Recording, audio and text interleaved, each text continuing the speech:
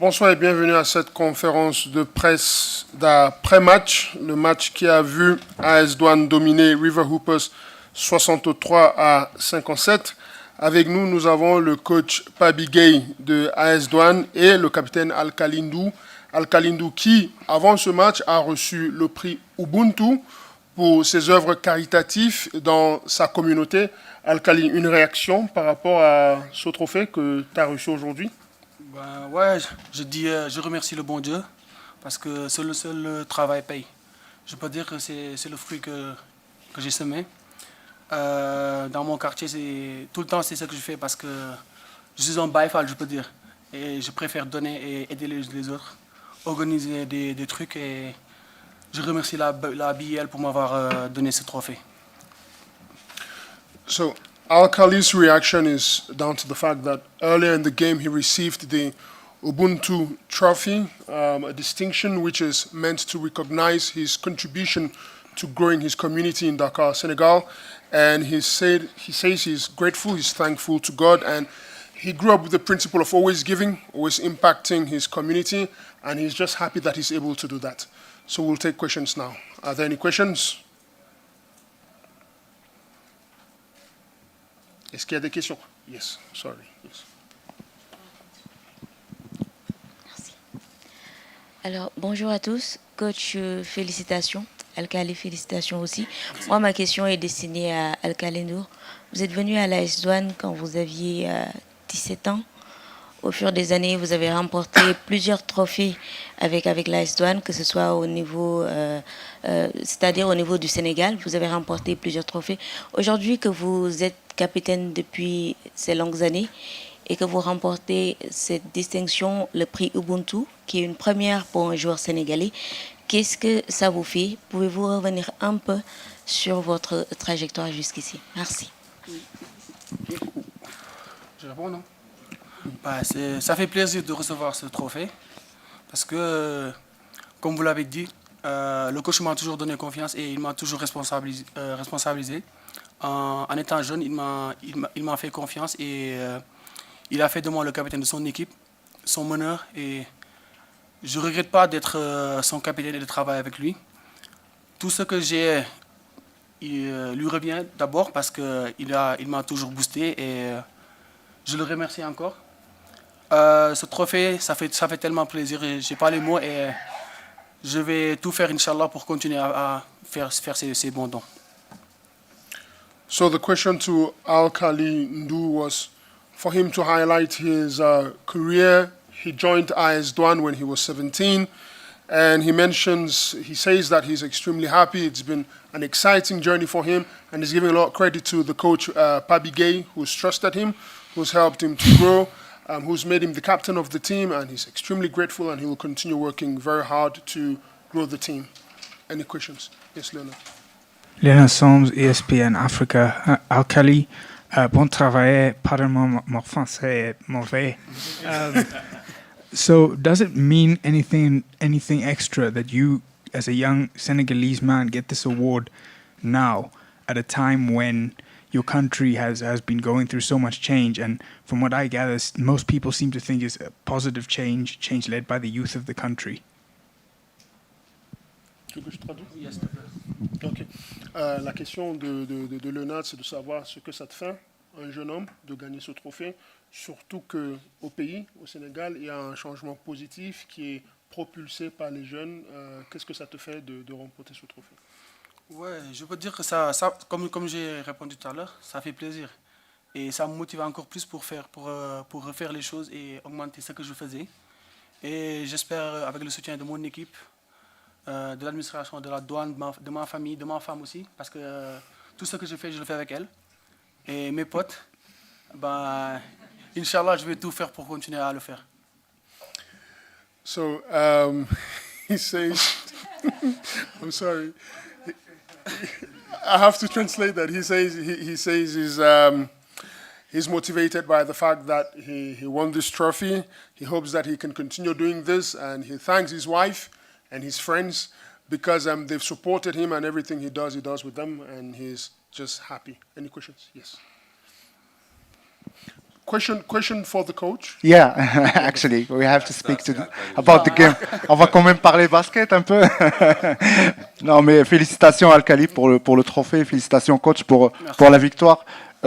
Coach, comment est-ce que seule la rotation peut expliquer un peu la baisse de régime, surtout dans le quatrième quart-temps qui nous a fait un peu vibrer face aux Rivers Hoopers, puisqu'on passe d'une avance de 21, un peu plus de 21 points à une avance très infime à la fin du match. Merci beaucoup, coach. Ouais, vous savez, le basketball, c'est des runs. Hein. Une fois, une équipe a un run, une autre équipe a un run à un moment donné, et parfois, c'est très difficile de gérer un score. Et après avoir mené de 20 points, tu es dans ton confort, pensant que rien ni personne rien ne peut t'arriver par la suite.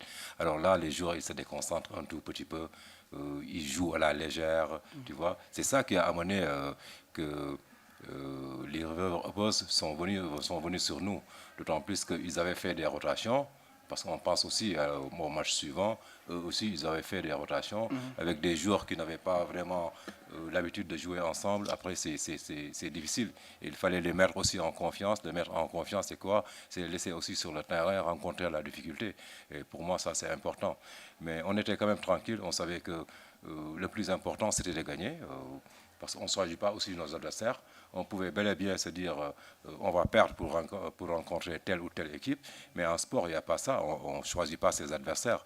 On joue tous les matchs pour les gagner. So the question was to know whether the rotation and the introduction of bench players could be the cause of AS Douanes giving up a 22-point lead at the end of the third quarter, to which the coaches responded and saying that obviously there was a certain loss of focus during the game. There was some complacency also. I mean, when you have a 22-point lead, the probability that you become very comfortable is higher. But he understands this, and he opted to keep these players together on the court because they don't play very often, but it's important for them to play and to be able to get to know one another, to express themselves pretty well. But now he's thinking about the next game. He's happy that they won, and the most important thing is they're getting lessons from this game moving forward. Are there any questions? Yes.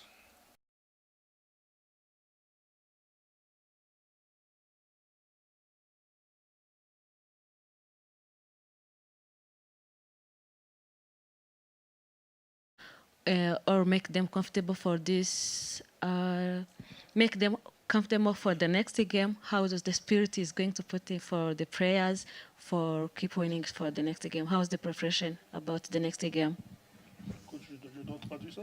Ok. Elle demande pour savoir qu'est-ce que vous allez faire, la préparation pour le prochain match, comment est-ce que vous allez le préparer pour vous assurer que vous avez une bonne performance comparée à aujourd'hui. Come on, man. Je sais, mais je ne te dirai pas ça, c'est clair.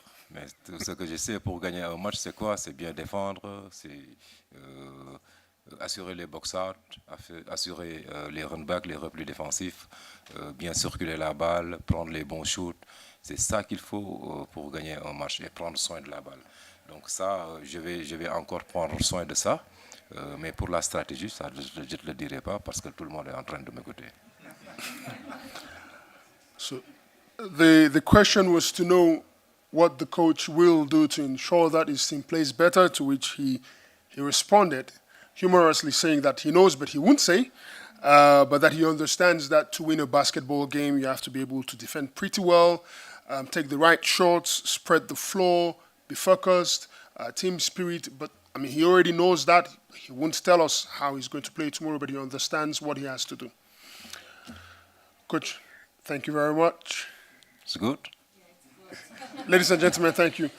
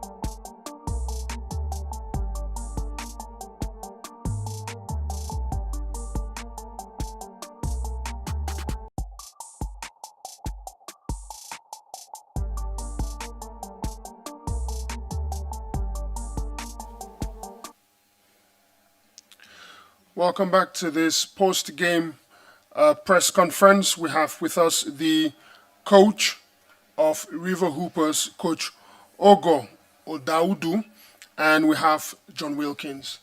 Coach, first question, spirited performance towards the end of the game. I know you're someone who wants to always see things from the positive side. So what are the positives that you take out of this game moving forward?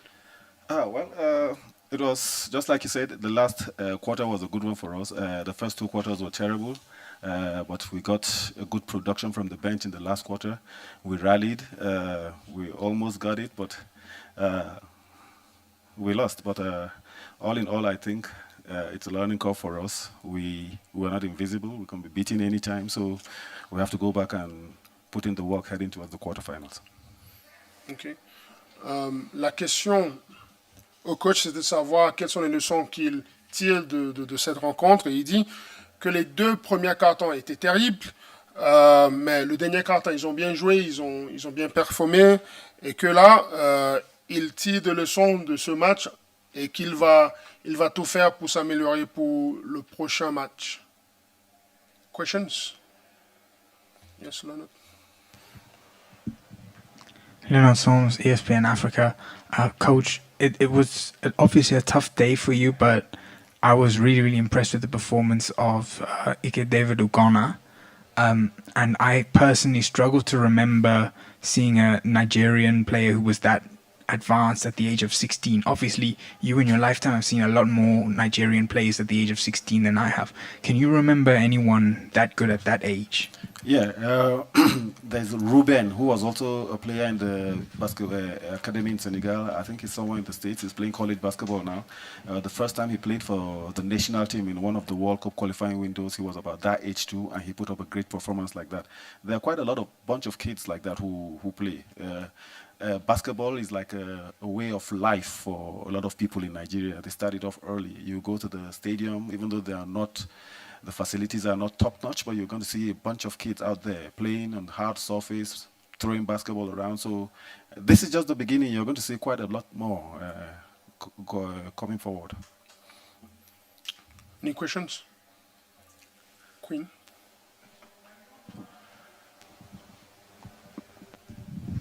Hi, Coach. Hi, John. Queen from Nigeria. I'll start with John. For the starting five, today was not a good day. What do you think went wrong for you and your teammates? And what do you think you guys should have done differently? Then for coach, your bench had 31-18. And looking at the bench in the fourth quarter, it was majorly the home-based players that stepped up. And there's been this clamor from the home-based guys that they needed more playing time. So do you think this sort of justified them to get more playing time going forward? Okay. Yes, I think the home-based players did great too. They had a fantastic quarter, the last quarter, and of course we've been introducing them gradually, even from Dakar into the game, and obviously they've stepped up. For the first two quarters or so, I think there is no team that stays and just sits around to do. They did a good job of scouting us, and I think that was just the problems that we had. They scouted us well. They could tell what we were going to do, and we didn't just have answers to that. But hey, the home-based players came. They didn't know nothing about them because they had not played much basketball in Dakar. So of course they didn't know how to play them, and they almost brought us back. So kudos to them, and you're going to see a lot more of them. Yeah, I mean, for the starting lineup, I think we struggled early, and I mean, you can see even on the free throw, it was horrendous. But it was a game without.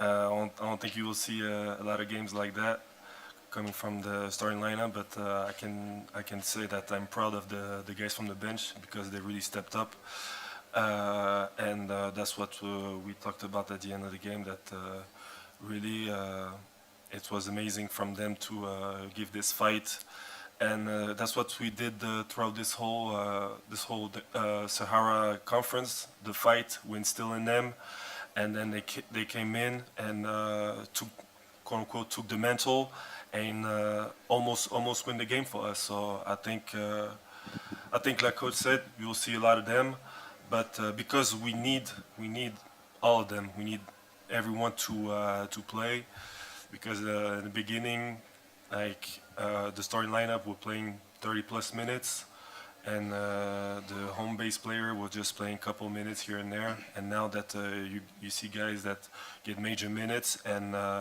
they prove that they can be on the floor and stay on the floor a long time. Question? Yeah, hi. Amin Amri from Moroccan newspaper Le Matin. I have a question for John. Basically, Hoopers cruised through the Sahara Conference and then coming here as favorites. Basically, do you think that weighted too much on the team, and is this a good lesson for the next game against Monastir? Well, like coach said, we're not invincible. We lost 2 games over there. I think people didn't expect us to be at this stage, and but yeah, I mean, not going to say that we got humbled, but it was a game that we will learn a lot from, and I think next game we'll see another reverse hoopers. Question?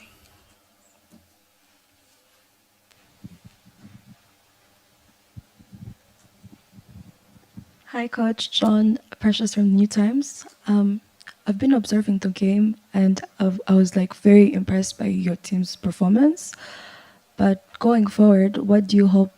Do you plan to rely on the bench a bit more now that they've proved themselves to be reliable and like we're scoring a lot? Also, what do you intend to do to like lengthen the distance between like the scoring points and everything? And I mean this in terms of like team motivation and practical things that can be done on the court. Thank you. Well, yes, just like you said, we need everybody that can step up to play. And the players on the bench stepped up today to play. They have given us the confidence that they can be on the floor. So yes, we're going to see a lot of them more. As regards what we're going to change on the floor, we need to keep it simple. We just take a look at us today and take a look at the Senegalese team. What did they do? Pass the ball, court, backdoor court, pass. They just moved the ball around. We didn't, just because we found ourselves in a situation that we didn't just want. We were down, shots were not dropping, so everybody got jittery, and everybody started trying to do too much. We're going to change all that. We're going to keep it real simple. We're going to run our offense the way we did in Dakar, and we're going to continue like that. So we're going to go back to the drawing board and work a little better. Hopefully by the next game, you'll see a different reverse hoopers, just like John said. Talking about motivation, I mean, we have a lot of leaders on the team.